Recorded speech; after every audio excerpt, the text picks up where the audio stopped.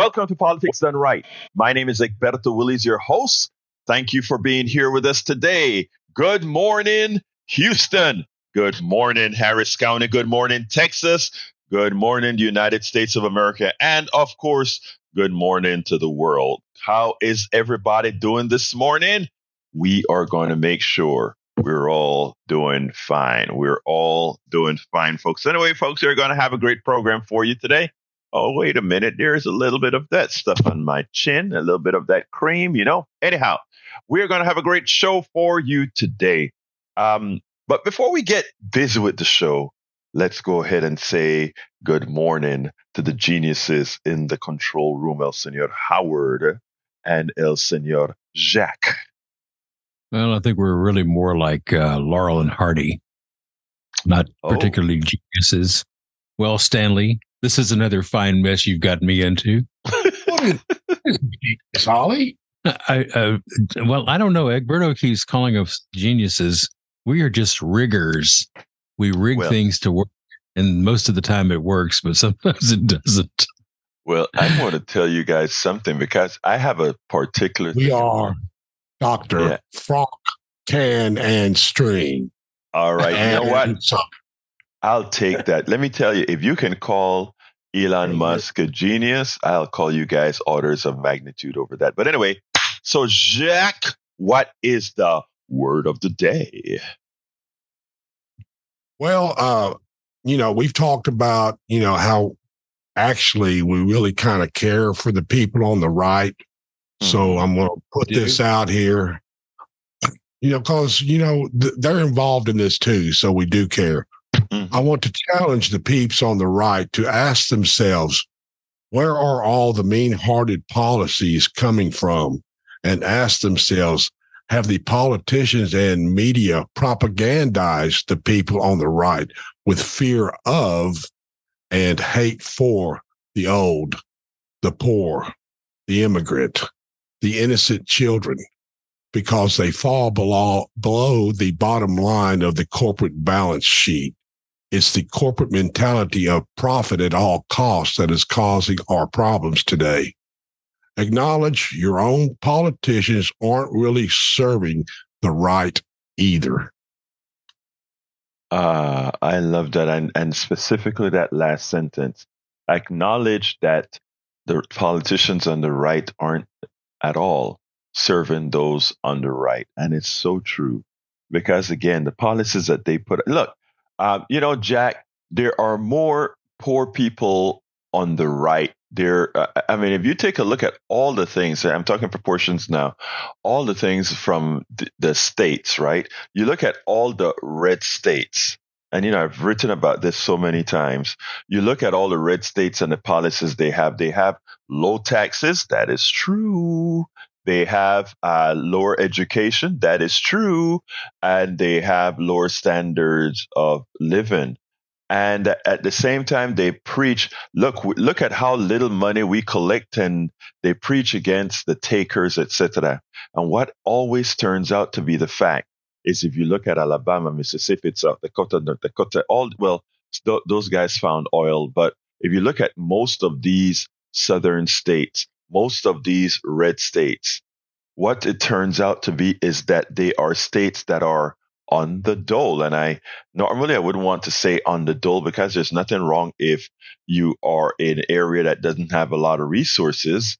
But when you are the one who caused the lack of resources, then your policies are what's responsible for keeping your state poor. And that is the case with Mississippi, Alabama, Louisiana, and dozens of other states in this country that are poor. The blue states are the ones subsidizing the red states. They take more out of the federal government to survive than the other.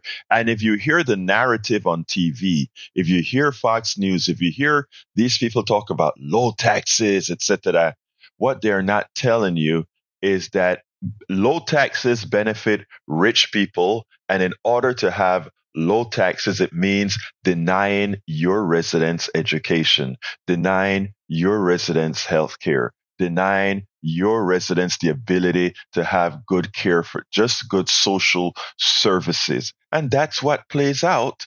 And we pay for it. All of us as Americans who pay taxes pay for the degeneracy of those policies. We pay for it. And again, at the same time, in paying for that, it's nothing more than a transfer of our hard-earned dollars, personal hard-earned dollars, to wealthy people who benefit from those lower taxes in these states. People say, why are people moving to Texas more so than they're moving to California? Because they make their monies and they get their education, etc., elsewhere.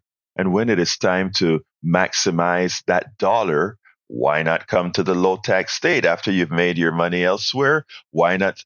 Why not give that money more buying power, etc., by coming to Texas? It's a fiscal decision. And it's a decision only those with high mobility, meaning those who have the wherewithal to move. A poor person in California can't move to Texas. A poor person in Texas can't move to California, and vice versa, right? So the poor people have no mobility or little mobility. They have little ability to go where is best for them. Otherwise, when people are in their nascent stages, they will go to these states that offer the best services. And when they're done getting the services to build themselves up, they'll run back to the states where things are inexpensive, where taxes are low, to maximize that which they have earned. That's what we learned as the maximization of one's earnings, one's wealth. So, Jack, what you had to say there, sir, is very, very profound. And when analyzed critically, one understands exactly what's going on there, Jack. So, Jack, thank you for giving me the opportunity to go ahead and expand a little bit on what you had to say today. Anyhow, the name of the program today is Biden Join UAW Strike. Cassidy Hutchinson dings. Oh, I guess that's a grammatical error in the title. Cassidy was late at night. Cassidy Hutchinson dings Matt Gaetz and the American Nightmare. And the American Nightmare is really a composite of two articles that I was reading yesterday that kind of touched me. But while watching last night, I was watching the 11th Hour, I think it's called, with Stephanie Ruhle. And, she brought on Isaacson, I think the author, and he just wrote a book about Elon Musk. And it's a book, after listening to him, I definitely won't read. A lot of folks think that personally myself, have something against these rich billionaires and guys like Musk, etc. And they would be right. I do have something against these guys, not specifically them personally, but the mechanism that they have used to acquire the monies that they have. I believe wholeheartedly, and I've repeated this ad nauseum, I believe wholeheartedly in free enterprise. I believe wholeheartedly in being paid what you're worth. I believe all those things. But in doing what I've done before being a full-time political activist, being completely in the engineering world, and doing a whole lot of work for major companies, from oil service companies to NASA to my own. I'm talking about in my science life now. The one thing I realized I was able to discern is people who really make a difference and people who really make things, people who create things. And over the decades, and I wrote a book about some of the things that I had in life that prevented many ideas that I had to come to fruition. And, I never mentioned them with animosity. I just gave it as a matter of fact. Suppose one of them I gave on this radio when it turned out that Amazon, Jeff Bezos, patented one-click. Wrote about that in my book, As I See It, Class Warfare, the Only Resort to Right-Wing Doom. I wrote about that article in one of my chapters because it had to do with patents and how the patent system and the capital system really harms the vast majority of people who are themselves innovative. Look, while I worked in not in business, but in science and engineering, I met so many very smart people. And one of the persons that taught me the most in actually writing code, my degree was in engineering, but I did most of my work in code and writing software, was a guy named Leroy Gay.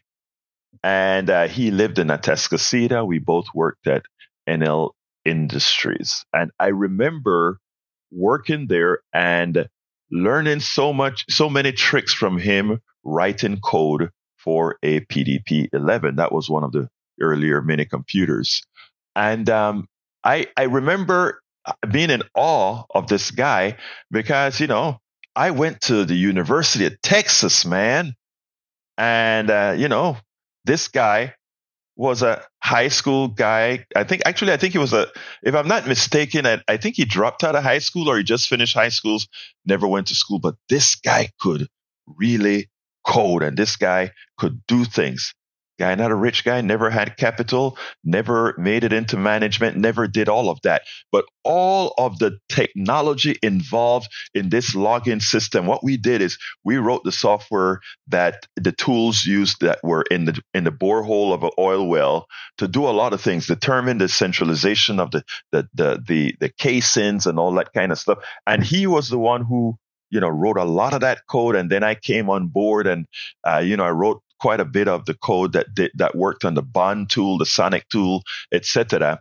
And but again, I learned so much from Leroy, and it started to get me into thinking what value human values and these sort of things is, because I remember how this guy many a times were taken for granted. And he didn't fit the particular pecking order, right? So I noticed how much, I moved on to other companies and worked with a lot of smart engineers, right from the pipe industry right up into NASA. I remember being at NASA, and the highest paid folk at NASA were the ones who worked the least. We worked on the space station project, and we came up with all kind of idea. I worked on something called the Apps project, was an application management project that was to centralize computers on the space station so that we could have the Apollo speaking to the Apollo computer speaking to the PC, which had just recently come out, speaking to the Mac, etc. And we, I wrote this stuff called the TIFA module, interface that actually made those three things connect together. But all the people doing the work were not the people with the best pay, were not the people that were getting the accolades. You go into a meeting, and the meeting was set up where the guys who pretty much, management and didn't know much were the ones sort of directing things. And okay, fine. I understand that you have to have the management that hold all these things together. And then you have the nerds and all of us that are doing the work, but at a certain level, understood. But the people creating the technology, the people coming out with the ideas, the people doing all these things were not the face that the rest of the world saw. All right, come to the reason I've always disdained billionaires, etc., and how they got the billions. I was on Steve Hunter's show talking about Elon Musk. And, Elon Musk has a huge following. Some people hate him, but a lot of people love him. And many think he is a genius. And there's this guy, I think it's Isaacson, that just wrote a book about him, talking about, a sort of appeasing to this guy, giving him a break for the bad things that he do because he's such a genius and innovative guy. When I was on the Steve Hunter show, we were talking about how this guy created allowed SpaceX to create reusable items and et cetera, et cetera. And, I sat there and I'm like, look, I don't know personally. And, I study these things, and I don't know of one technology one innovative thing that Elon Musk did. He bought into Tesla. He bought into SpaceX. He bought into PayPal. I mean, all these things. He had the capital, started with $28,000 from his daddy to start a mapping I think it was a mapping company, etc. So he had the capital to start. And as the boom, the big bubble in internet came, a lot of people just made money by having a website. A lot of people made a lot of money by having a website saying it would do something. And since it was a new thing then, a lot of people made a lot of money. One doesn't know what they actually did, but they made a lot of money with other people's technology. PayPal's technology was a technology of a whole lot of people having computers interconnect and having books being able to be, transactions being able to go concurrently. When you look at SpaceX, all that space technology was developed by all of you that paid taxes, that NASA did to build a Saturn V rocket and all these rockets that went up there. And everything Elon Musk did was built on this technology and from the people he hired from these types of technology. Eric Hayes says, is on the screen, and he said that I'm jealous. I'm honestly not jealous. In fact, what I am is wanting to make sure that all of us, the people that the people are the ones who benefit from that which they paid for. Let's give a little difference here, because I want to address what Eric has to say, and that is, Elon Musk had investors. In fact, first of all, started with his parents, and he got to build up capital to buy things.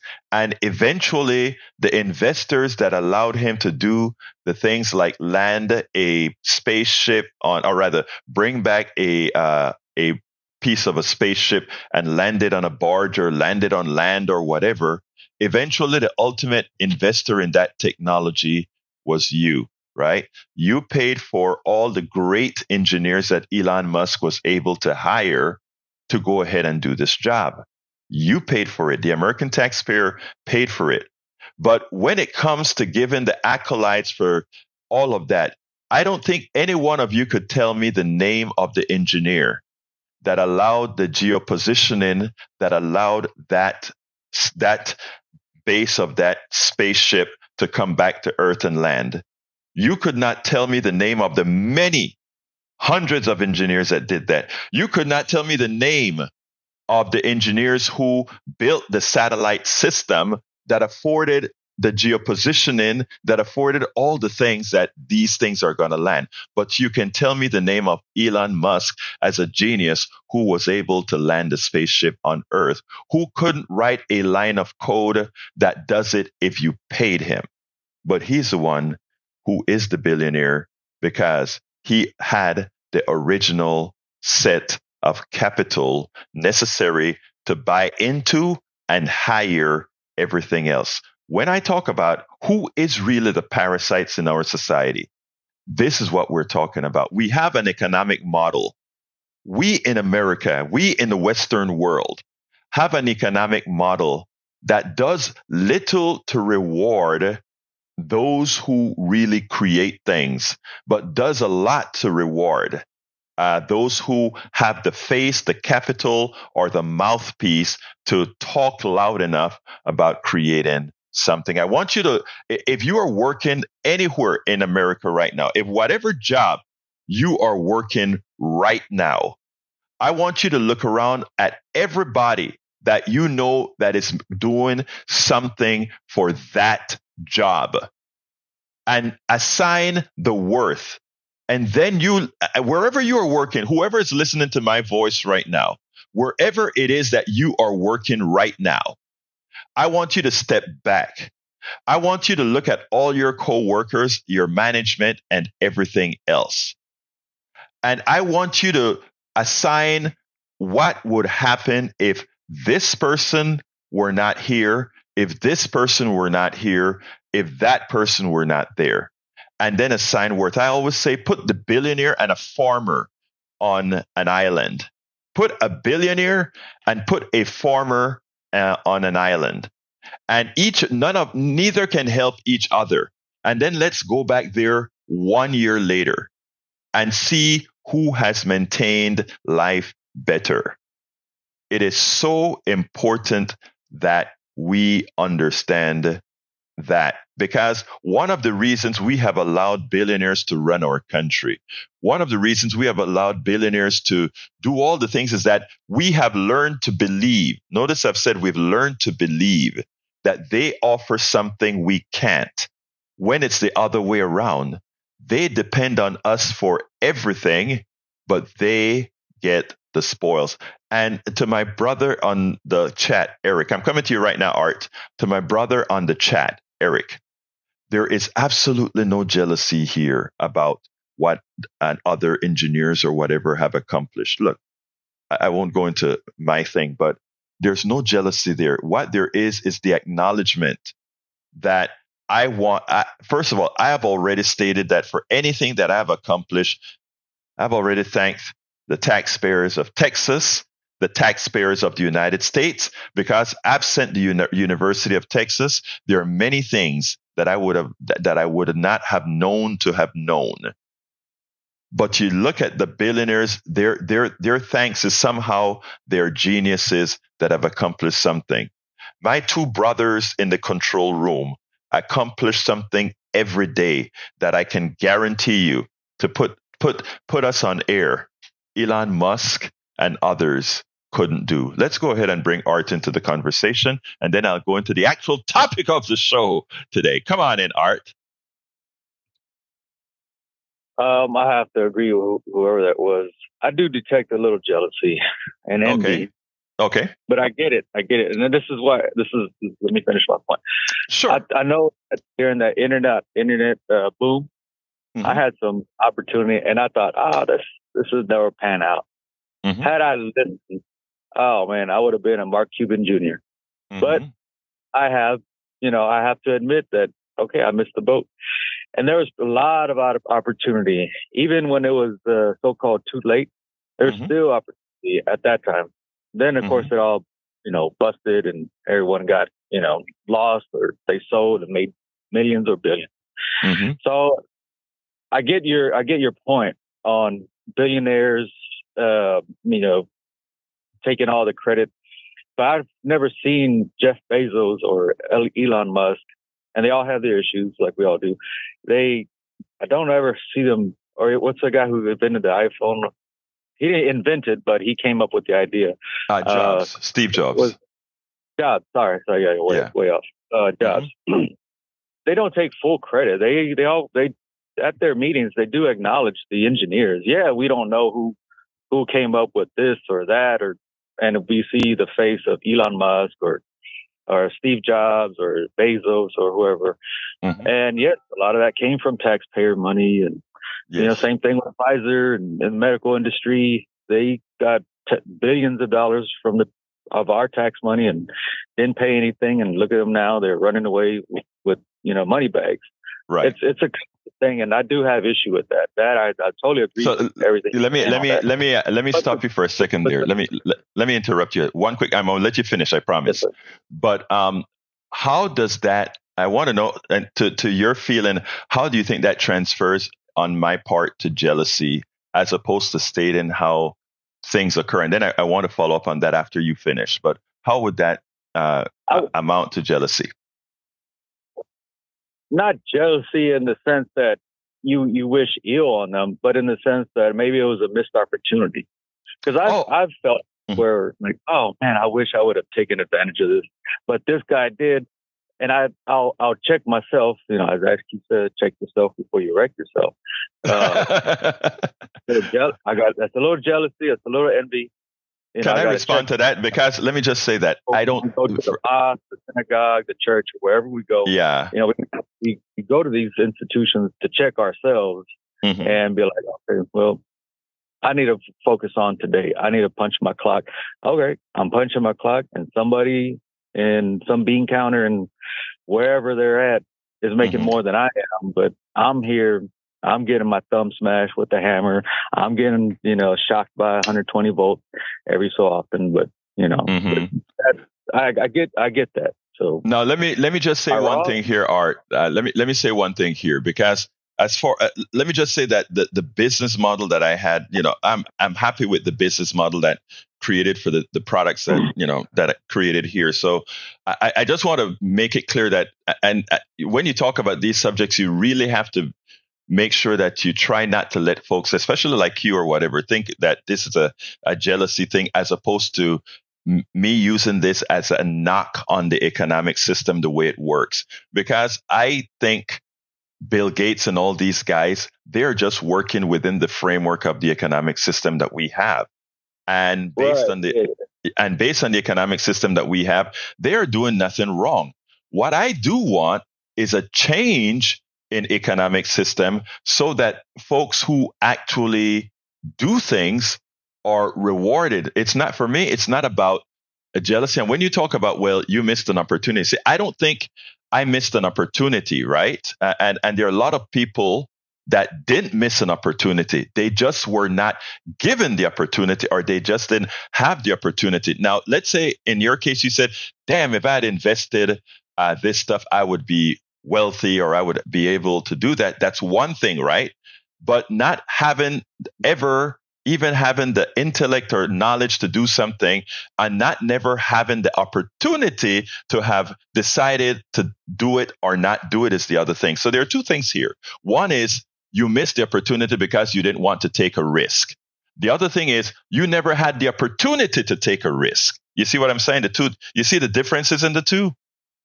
Oh yeah. Oh yeah, I definitely. And that is so important, because I am willing to say that most people that I know would have been willing to take the risk. Most engineers that I know would have been willing to take the risk. In my case, I took the risk and left NASA and went to China and developed a login system for them. So, some of us do take the risk. But my thing is an economic system that gives the spoils to those who have the capital to do it, and to do what's being done here. So I want folks to acknowledge that this is about mechanics, about how our current economic system runs, as opposed. What would be ideal to you if Jeff Bezos and Elon Musk, if they took a pay cut and gave billions and they equally shared it with the workers? Yes. Let me tell you better. I think a capitalism. Instead of making $12 an hour, they make $18 an hour. Instead of making right. 18 to 22. I'm not smart enough. I am not smart enough to know what the mechanism totally would be, Art. I'll confess that right away, because I haven't give the exact mechanism taught, right? But right now we have a crude mechanism called redistribution through taxes, right? In other words, the billions that Bill Gates and all these other guys made, they didn't earn that. And, a lot of people like to say, well, they created the product because of the way we were indoctrinated in our country, right? If you come up with an idea and your idea was capitalized and made a lot of money, you're the ones entitled to the spoils, as opposed to all the people that were required to make all that billions that you accumulated for yourself. And my thing is, there has to be a mechanism that redistribute that, acknowledging that everything that Bill Gates and Jeff Bezos and all these guys created, all of us, you had a part in that as well, because you created the university. You paid for the universities that they got engineers to work from. You created the roads that they used to distribute their product. You created the infrastructure that they used for the pathways for whether it's an electronic business or otherwise. All of us together did that, but they're the ones who capitalize on the maximal part of that spoil. And that is what I'm talking about, brother. And you've in that distribution, I guess, hypothetically, if you became a billionaire from a patented idea, you would follow that principle and make sure that all your employees were very well paid. I should not become a billionaire off of any patent that I created. I have about 6. There's nothing wrong with being. No. What I'm saying, Being out there insulting, like, oh, go ahead. Art, what I'm saying, Art, is the following. Yeah. If I came up with an idea, and I have about 6 official copyrights at the wherever it is that you register this stuff, but whatever idea I came up with, right? within this system to develop that idea, I could not have made billions of dollars, because for me to develop any idea, I require a whole lot of people who are the ones that actually instantiate that idea. And that's the difference in the thinking process I'm trying to get people to reach out to. In other words, when I have a great idea, but thousands, millions of people have great ideas that make things better that others build upon. I mean, I can look and I can say, when I was going to develop the one cart product that Bezos went ahead and patented, that prevented me from developing this little product, right? I would not have been the first person to think about a one-click thing on the internet. Thousands of other software guys say, "Oh, if I create something, I can just click here and that's the way it works." There is so many ideas in so many of us. For one person to be able to patent something and then monopolize it. I'll give a more macabre idea. Let's look at something like seeds, right? If you look at seeds, right now we have corporations who have a whole lot of engineers and scientists who have learned how to turn on the reproductivity and not of seeds, right? So now farmers who used to be able to bank their seeds, if they ever get pollinated by these seeds that can that cannot reproduce, every time they need to build their new crop, they have to go to a corporation and buy it. And that is the way we shift money from that farmer who is doing all of the work to the corporation who owns the intellectual property, amazing, of a life form. So, I mean, there are these things within our economic system that a lot of people tolerate because we don't really know of. And one of the things I try to put out there is, let's learn these things so that we can have an equitable society. I don't think any human being, no human being has earned $1 billion. Other people have earned it for them. That's my thought. Continue, Art, then I'll go to Gonzalo. I agree. No, I agree. Yeah. You know, that I guess what I wanted to close with is this, like,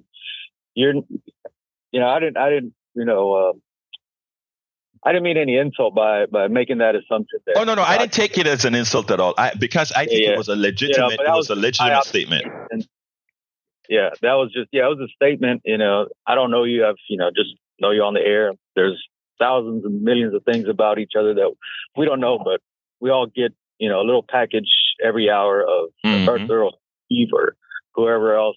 But I know you're intelligent. You do your thing. You have your show, and I wish all of y'all the best. Thank you, my brother. I appreciate your call. Okay.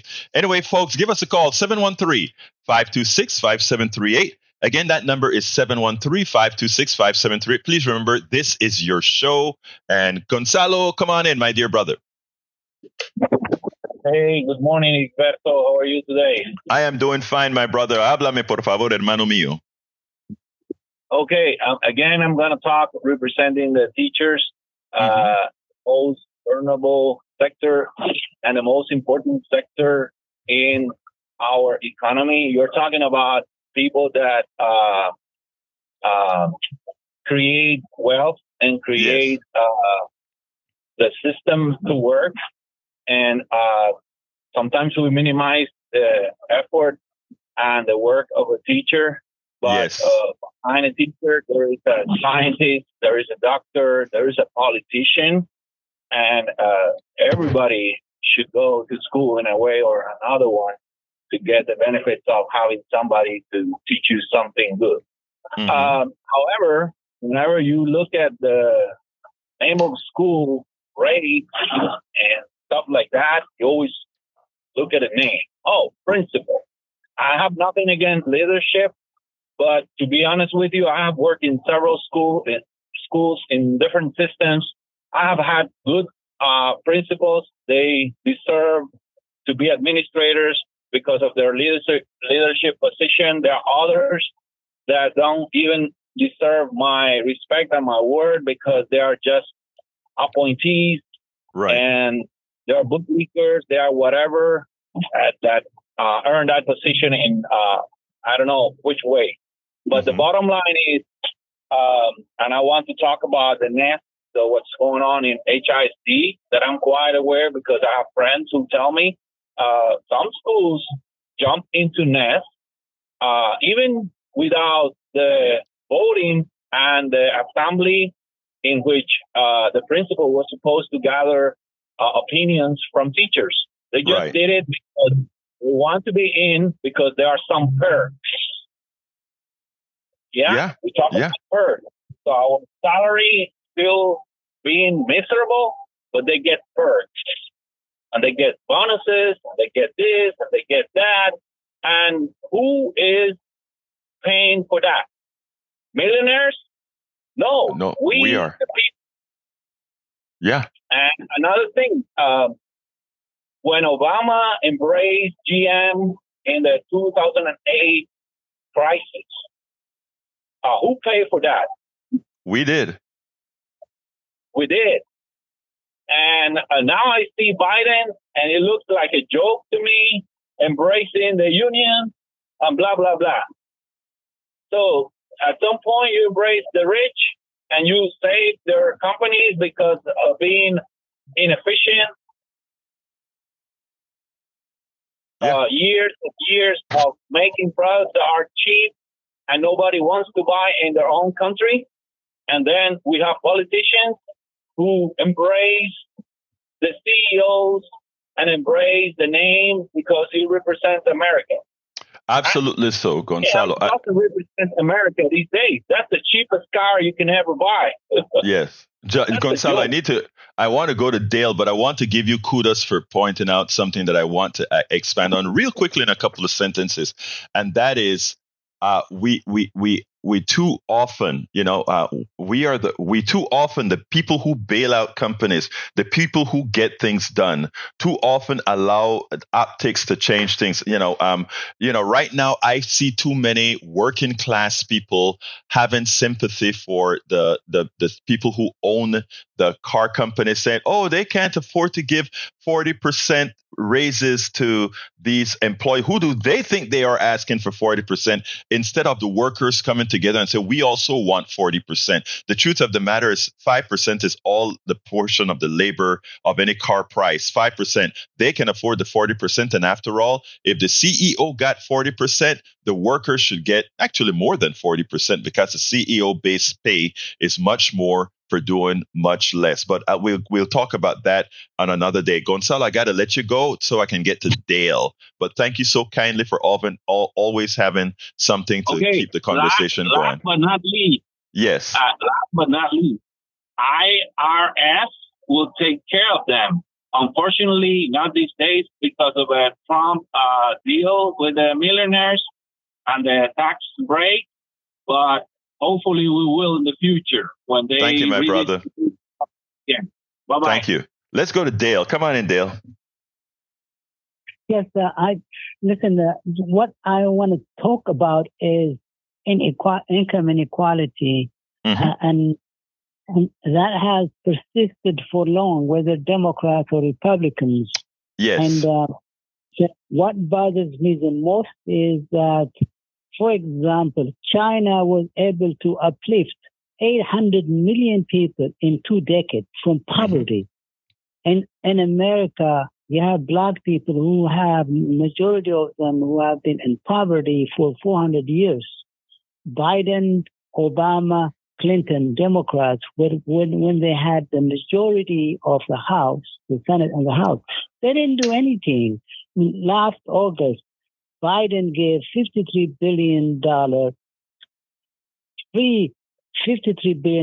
microchips companies so that they can compete with China in making chips. So some of that could have gone, for example, to uplift, poor people, minorities in particular, who have been subject to abuse, discrimination, Jim Crow for generation after generation, that they have been unable to extricate themselves from that predicament they were subject to for a long time.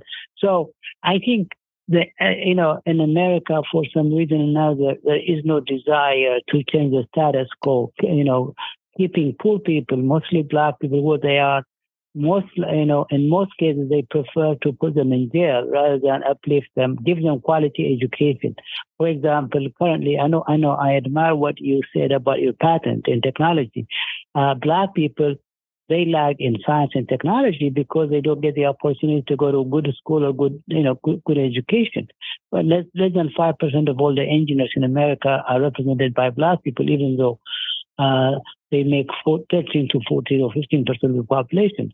So I think we should really discuss the opportunity to bridge the gap between the have and the have-not some way, because otherwise, you end up really creating such a divide, you start a revolution.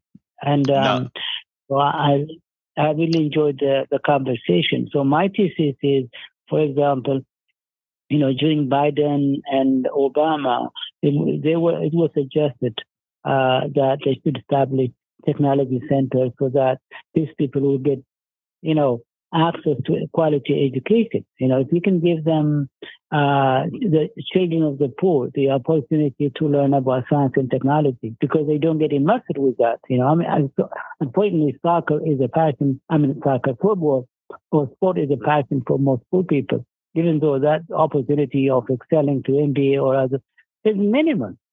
So I think taxing, like during Trump, he lowered the taxes for the rich. Unfortunately, he didn't do anything to uplift the poor. Let me interrupt a second here, my friend, because I think you hit the core of what I believe.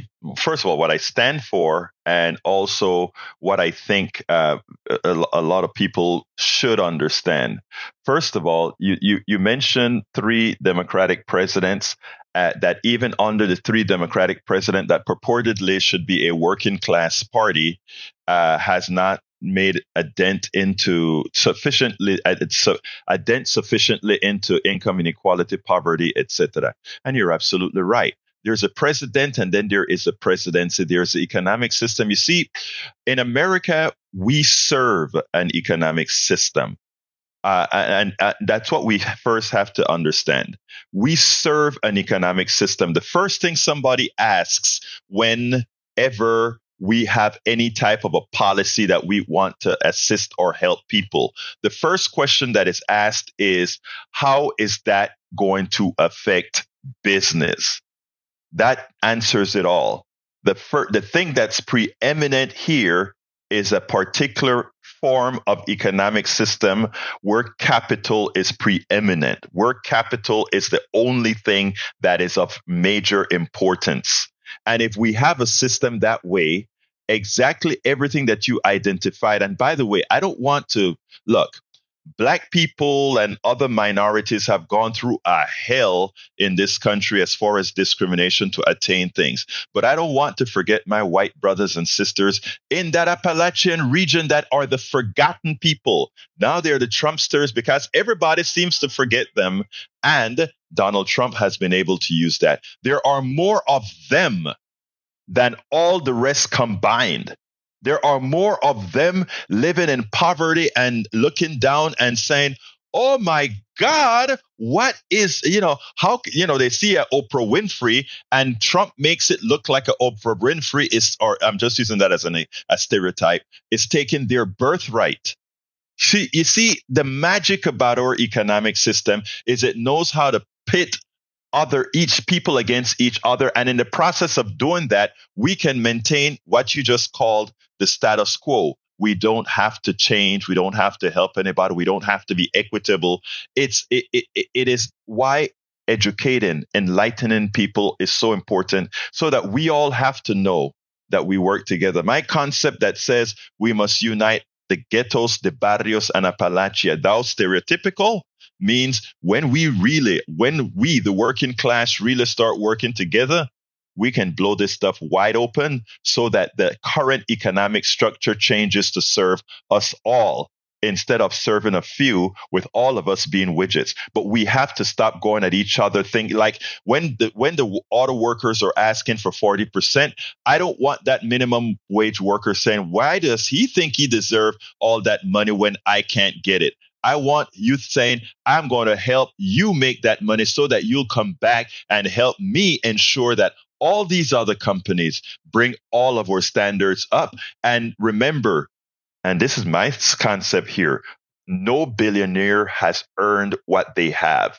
They have all built it on our backs. Go ahead, Dale, before I go to Harry. Yeah. Well, I think the distinction between our white brothers, even myself, I migrated, I flew in here. Our African brothers, they were shipped in chain, and they have not been able to extricate themselves from that. The white people in Appalachia, they have the opportunity, even, if you are Mexican or Cuban or African from Africa, we had a better opportunity in surviving and thriving in America than the African Americans who were Agreed. So, but with the explosive situation with AI, leaving even the most educated behind the curve, now that technological, explosion revolution is leaving poor people, Black people in particular, further behind. So the gap in inequality is widening. Unfortunately, nobody seems willing and able to do anything about it. Either they don't know they don't want to do it. Somebody said, they want to the poor people. They want to keep them dumb. And that's exactly what they want. But look, Dale, I love what you just had to say. I got to jump to Harry, but please keep listening. Please keep calling and tell folks about our program. Thank you so kindly for calling, Dale. Bye-bye. All right, let's go to Harry. Come on in, Harry. Buenos dias, Senor Williams. Buenos dias, hermano. Estoy bien. Talk to me, man. We're going to have to go a little bit quicker now that I'm going to be running on time. Real fast. There are a few points I'm going to make. The first point I'm going to make is I create nothing. I own everything. And then another line was, it is a zero-sum game, pal. Somebody wins, somebody loses. Dale explained what capitalism is all about. And I enjoyed your show yesterday. Those callers explained it very well, too. And I enjoyed the show of why you guys make people critically think. I have to say two things to your co-workers there, Howard Reynolds and Jack Van Diver. Jack Van Diver. There are two songs that they could play right before your show comes on. One of them is The Wise Man Has the Power, because both of them are very wise and have wisdom when they speak, and when you have them speak at the end of the show. Speed it up, brother. Speed it up. I love those two guys too. Come on, speed it up. The other one is Bruce. Yes, the other one is That's Just the Way It Is by Bruce Hornsby. There's a lot of wisdom in that song. I love that song. I know both of them and I love them. Thank you, Harry. Let's go to Derek. Come on in, Derek. Hey, good morning. How you doing, brother? I am doing fine, sir. No, yes, sir. One thing I just want to say about America probably would never grow up to what she needs to be until they change the educational system. Brother, you was absolutely right about saying how Elon Musk takes the credit. Well, that's like the caller just said, that's capitalism. Because did you know that whenever you go and look at the red light, a black man by the name of Gary Morgan invented. Yes, I do know that. Yeah. Children don't know that. What about the GPS that people use right now? Gladys White, a black woman, did that. How about the color television? A Spanish man in 1923 invented that, but how many of the children know that? See, it's still writing things that they do in order to you. And I love Jack, but I got to say this. But until America get rid of that white supremacist viewpoint to put a stamp on everything, you never have equality in America. That's what I just thought. Derek, let me tell you that. Okay, the white supremacy thing is a tool, and that's why I hold. Look, when I look at all my brothers and sisters of every hue, every color, every race, or whatever, I am going in there as that person that's connecting people, because I understand that white supremacy is a tool of capitalism. It's hard for people to make the connection, but the connection is perfect. Capitalism can only exist if people don't realize it's exploitative. And the only way people don't realize if it's exploitative is they're fighting among each other, that they don't look up and say, how can I let all these few people control and make a huge amount of money on me and not pay me. The way to do that is to keep people fighting among each other. So I agree with you wholeheartedly, Derek. And I think you're right when you say the educational system, and people have to understand that. Know each other. Right. And once you know other, because of that reason. Thank you. I like you just said the magical thing there, Derek. People don't know each other. And when we know each other, we realize we are in the same boat. We should be working together for equity. Thank you, brother. For those very good words. Thank you. All right, let's go to Donald. Come on in, Donald. Good morning, Alberto. How are you today? I am doing fine, sir. Talk to me. Okay, on your government surveys, they ask you all these questions. If you put a T at the end and put a P in front, you will get all of what they think of you. Because you can be poor white trash, poor black trash, poor brown trash, poor Asian trash. If you put the P, because that's what they think of it. And that's it. I love short and sweet. Donald came on and was short and sweet. I thought I was going to be talking for a while with these guys. 713-526-5738. I probably can take another one or two calls depending on the length. 713-526-5738. Hit the number 2 right away and you'll get a ride in.